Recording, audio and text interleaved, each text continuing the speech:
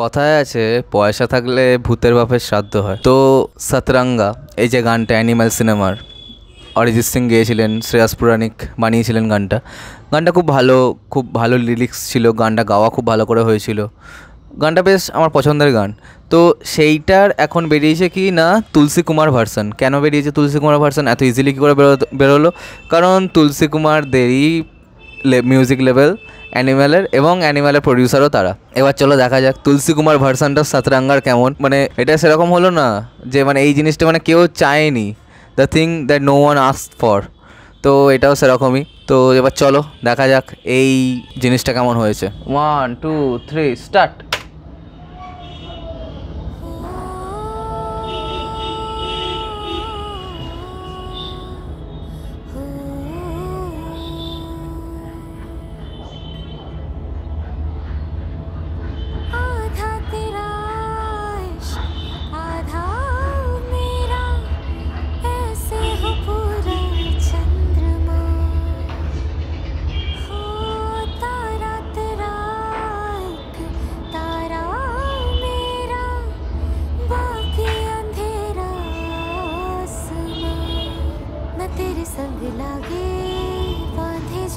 এটা কি সিনেমাটোগ্রাফি ভাই, একবার কাছে নিয়ে যাচ্ছে আবার পিছনে নিয়ে আসছে।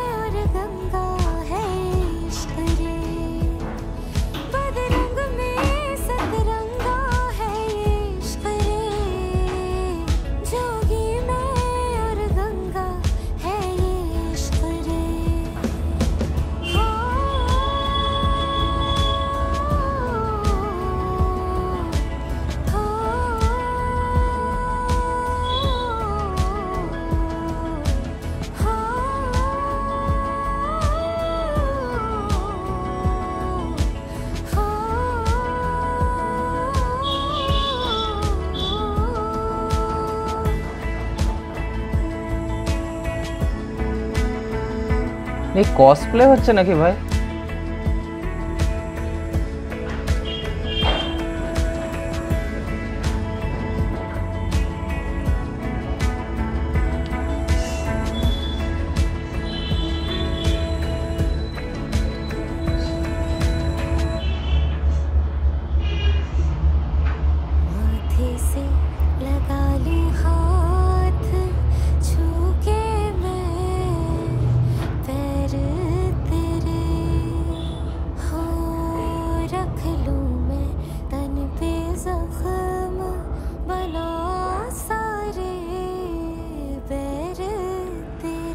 এখানে আসল পরীক্ষাটা হবে।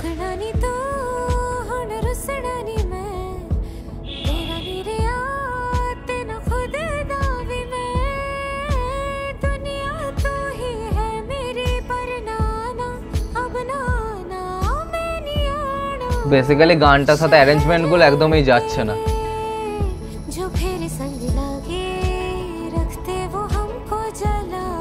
কি হচ্ছে ভাই?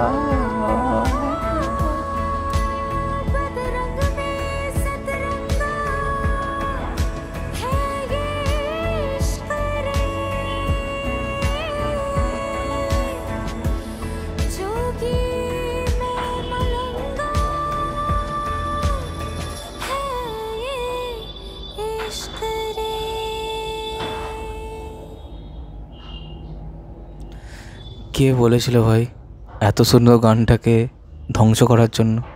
কেন? জাস্ট কিছু পয়সার জন্য এটা করাটা কি ঠিক? মানে গানটার যেরকম অ্যারেঞ্জমেন্ট না, সেটার সাথে কখনোই এর গায়কিটা ম্যাচ করছে না।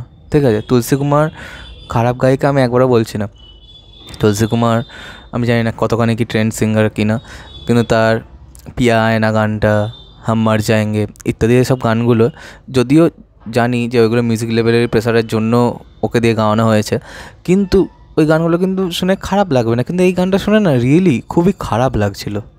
গানটা যেন জোর করে গাওয়ানো হয়েছে, পুরো দেখে বোঝা যাচ্ছিল। আর সেট ডিজাইনিং কী হয়েছে ভাই, এটা কী বলতে চাইছে, কী গল্পটা কী বলতে চাইছে আমি তো বুঝতে পারলাম না। আর পুরো মাথার ওপর দিয়ে গেল যে কোনো স্টোরি নেই, কোনো কিছু নেই। হ্যাঁ, স্টোরি তুলসী কুমার ভার্সন বানাচ্ছিস, তাহলে স্টোরি একটা তোরা লেখ, ধরো যখন খরচাই করছিস, খালি ওই কস্টিউমের ওপর খরচা, কী সব ড্রেস, সেগুলোও তো কিছু বুঝতে পারলাম না। এটা আমার মনে হয় যে আটার ডিসরেসপেক্ট মিউজিক কম্পোজারের প্রতি। তো এবার তোমরা জানো যে তোমাদের কেমন লেগেছে এই গানটা। আজকে আমাদের ভিডিওটা এখানে শেষ করলাম। কমেন্ট করে জানাও যে তোমাদের কেমন লাগলো গানটা, আর সাবস্ক্রাইবটা প্লিজ করে দাও যাতে আমার সাথে তোমাদের আবার দেখা হয়। Bye bye.